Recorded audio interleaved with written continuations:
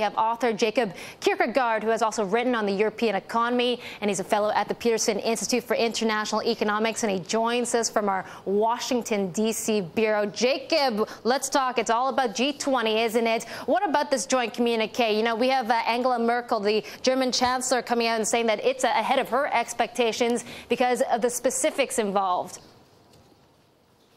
Yeah, no, I think basically you have to say that to the degree that anybody ever wins, quote unquote, a conflict in a G20 summit, it really has to be the Europeans this time, because every single piece of concrete data point in the communique is on the side of fiscal austerity. That's where we have the numeric targets. That's where we have the timelines. Whereas basically, you know, the summit acknowledges that they are concerned about the global economic recovery and wants to sustain growth, but they provide no data points on that side. Okay, but Jacob, what about, I guess, the promise to cut and tackle deficits? They're looking to maybe have deficits by the year 2013. Is that really on the side of Europeans who seem to be having some trouble with that?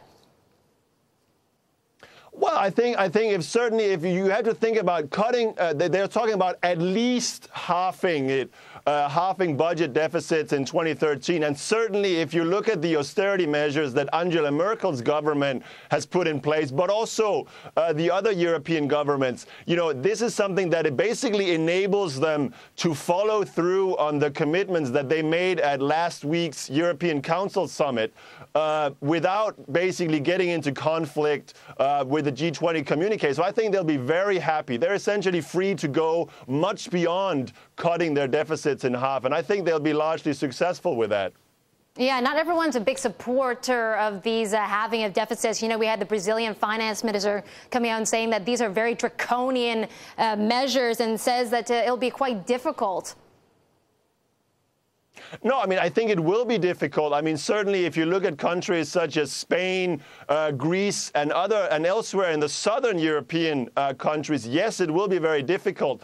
But at the same time, the tone of this communique, I would certainly say, clearly stresses the need for fiscal consolidation in the advanced countries. And actually, if you read the annex to the communique, it explicitly states that fiscal consolidation must start in 2011 in advanced economies, something that is essentially completely in line with what the German government has been proposing. Okay, what about the proposal for higher bank capital requirements? I mean, people are saying that the banks really need to up the ante in terms of capital right now. But isn't this what you call an age-old diplomatic trick of listing a bunch of broad principles that no one can disagree with, really? I mean, did they really agree on something that was concrete here? No, they didn't agree on anything concrete at this summit, but that wasn't the idea either. This summit was supposed to be kind of a midterm review, a stock-taking exercise. All the Financial Stability Board's recommendations are really only supposed to be presented at the Seoul summit later this year.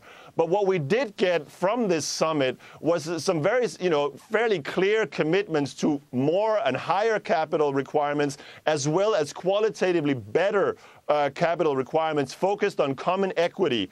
And they also made a fairly specific commitment to target a phase to target implementing this new global regime at the end of 2012. And I think, frankly, that's pretty good in that regard.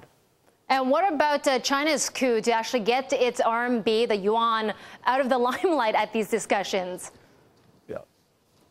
Well, certainly the Chinese have played a very adept diplomatic game here, because they rhetorically agreed to shift their exchange rate policy a week before the summit. Clearly, as your reporter said just before now, to get out of the limelight, so to speak, and they were completely successful in that. Nobody really talked about the yuan, but at the same time, I think the fact that the Chinese government chose to do that just before the G20 summit is a valuable piece of information that really shows that the Chinese value their membership of the G20 and therefore are willing to make changes in their domestic policies and international policies to basically accommodate the expectations of the G20. And I think that's very positive.